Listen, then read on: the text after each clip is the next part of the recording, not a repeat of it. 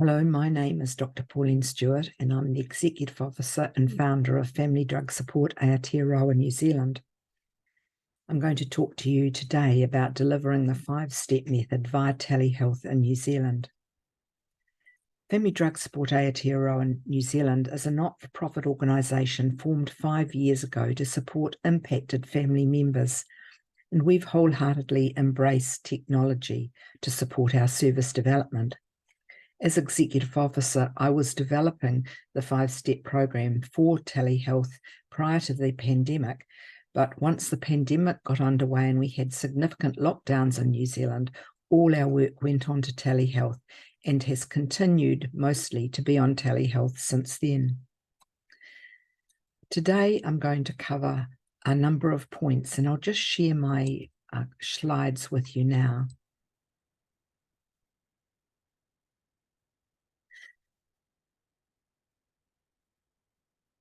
New Zealand is a small country in the South Pacific, and most of our population, or over half of our population, is in the 3 main centres.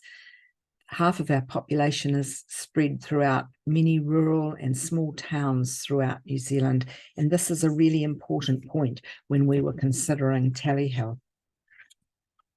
In my presentation today, I'm going to look at the reasons for choosing to deliver our service via telehealth, how Family Drug Support manages programs via telehealth, the advantages and disadvantages of delivery via telehealth, and other factors to be considered in the strategic direction that we have taken.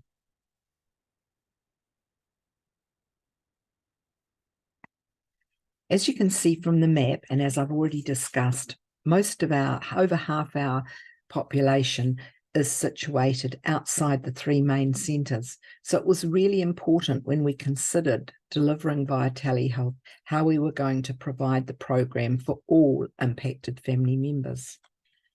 One of the first things we did to develop our program was to do a practitioner's online training manual. This covered topics such as security issues, ethical issues, informed consent, confidentiality, setting up a virtual office, use of resources, sharing resources online, use of the whiteboard, undertaking the family member questionnaire in step 1 and step 5, the risks of delivering online, and considerations for delivering all the sessions online. We now add this online manual to our training program, and it's also available on the telehealth, on the AFINet website. So questions could be asked about why we deliver via telehealth. One of the things that we've found is that support can be provided to impacted members outside office hours. This is very important because many impacted family members have jobs that where they undertake shift work or where they work late, and so having to go to an office is often really difficult for them. So providing via telehealth enables impacted family members to have a service delivered outside office hours. Secondly, we want to allay the impacted family members' concerns about reputational protection. What we know is that for people in small communities where they may well be a school principal or a doctor or a lawyer or somebody who has a standing in the community, actually turning up at an office is very difficult for many people. And so having the service delivered into their own homes is very valuable. Thirdly, impacted family members may not be able to access offices. It may be due to a pandemic or illnesses, injury, or physical disabilities. So it's important to us that we're able to provide the service wherever somebody is, and despite any other outside matters that make it difficult for them to access service. Sometimes people have small children, and so it makes it really difficult for them to access a service. I recall a mother of 9-month-old twins, and her partner had a serious methamphetamine habit, and they had just separated, and she wanted support, and she wanted to have the support for her as an ex-partner. The issue was that she had 2 small children, so she could put the children to bed and do the 5-step program at her own home at a time that was suitable to her and the accredited practitioner. That made a huge difference to her, the difference between getting a service and not getting a service. One of the things we found is that the wait time can be reduced because our accredited practitioners are able to work from home. They don't have to be in a main centre. They may have children, and these wait times are reduced because we are able to have more practitioners working with us on the 5-step program. The other factor that we found is that many of our accredited practitioners are volunteers, and so they can work by telehealth outside their normal work hours, and that expands the AOD workforce. And we've also found that people in rural areas and small towns can access a service and gain support without having to travel long distances, which are often very difficult for people to organise or arrange either the transport or the time to actually travel. A final factor that we have found is that many impacted family members feel much more comfortable having a service delivered into their own homes where they have familiar surroundings and they don't have to go into a facility where they are not sure about who they're going to see or what is going to happen. So those are some of the reasons why we have used telehealth and continue to use telehealth for the delivery of our 5-step program. In a article that was written in 2018, which we have focused on, we actually talk about and consider the but questions, and the but questions around what are the barriers when you're delivering via telehealth. One of the things that is often raised is, can a therapeutic alliance be developed using telehealth? Another question that's raised is internet access sufficiently available to allow people to access telehealth? And a third question is, are impacted family members confident enough in the use of devices? Let's take the first question first. This is around, can a therapeutic relationship be developed using the 5-step method? Fibre to the home in New Zealand is a reality. And one of the things that we found after reading a 2008 article by Coxis and Yellowis around telehealth delivery was that it provides a platform for counsellors to reach out and form strong therapeutic relationships with many different types of clients. We also found that telehealth, as this article has found, can foster a therapeutic relationship with the therapeutic intimacy in ways that in-person support is not able to.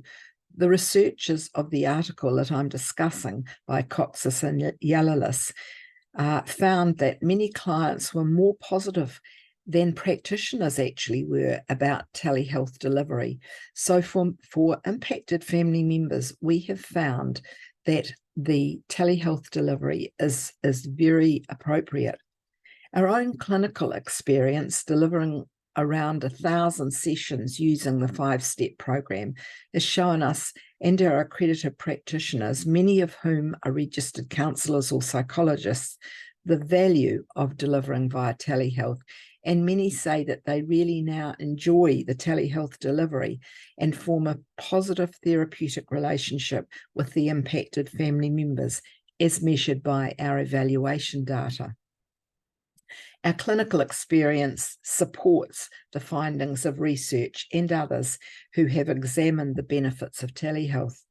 And I just add here that a recent research from the Netherlands, where a study was done of people who were impacted as family members and had the 5-step program delivered via telehealth, and the other half of family members who had the 5-step delivered in person to person, the findings were that there was no difference in the evaluated results of whether a person had the delivery via telehealth or person to person.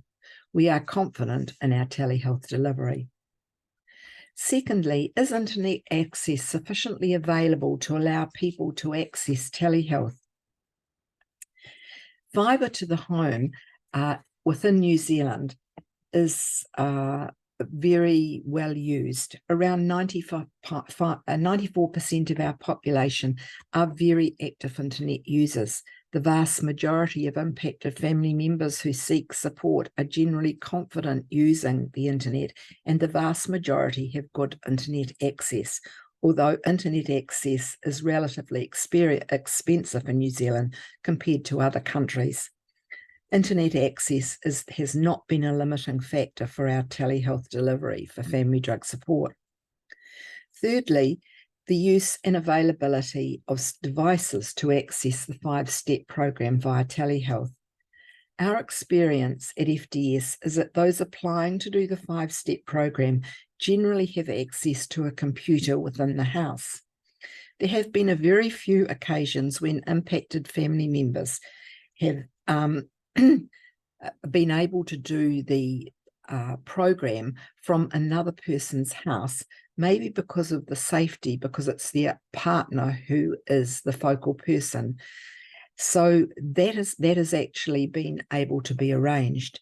And for some people, they prefer to do the 5-step program in someone else's house via telehealth. What we've also found, however, that sometimes when people apply to do the 5-step program, they will start the program themselves on telehealth, and their partner, husband, wife, somebody else will come in and join them. And in that way, both the mother and father of an adult son or daughter with alcohol or other drug misuse, or maybe siblings, are able to be on the same page through the telehealth delivery. We've also found that sometimes a person in one city, perhaps a mother or a father, and a son or daughter in another city can do, or rural town, can do the program together on telehealth while the focal person is in another situation altogether or another town altogether. So that's been very positive from a telehealth situation. So how do we deliver via telehealth? So setting up and starting the 5-step method via telehealth is something that we considered carefully. Originally, Zoom sessions were set up and started through our central office.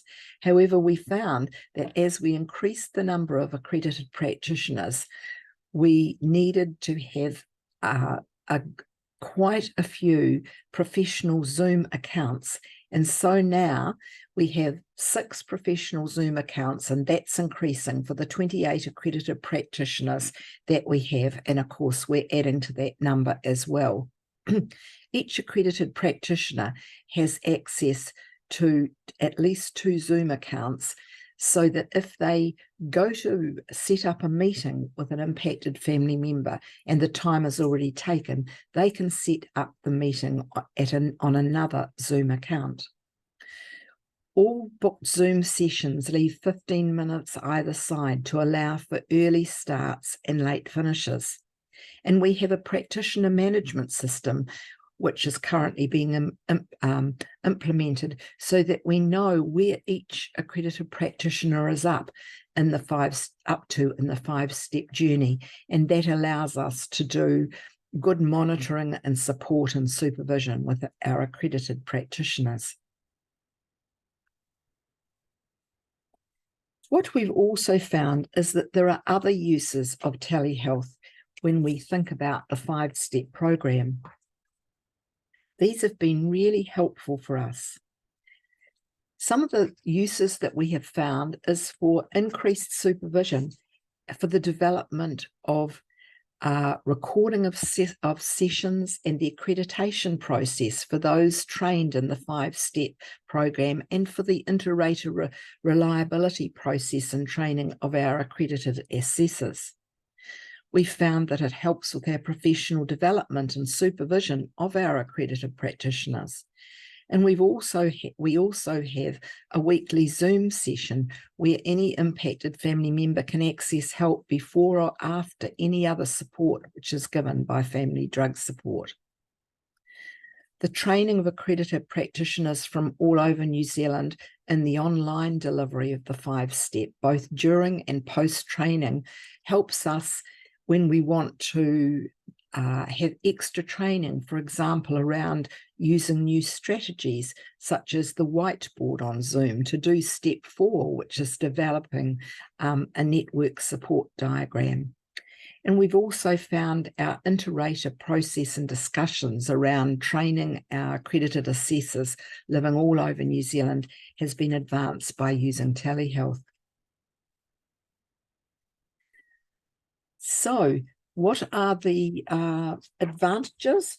There are many advantages, and we know from the research that we're doing and the evaluating we're doing that our telehealth delivery is providing a really good 5-step experience for our impacted family members.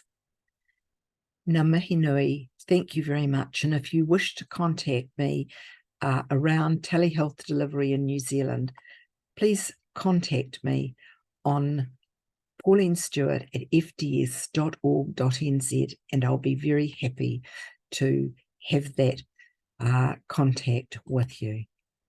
Thank you very much.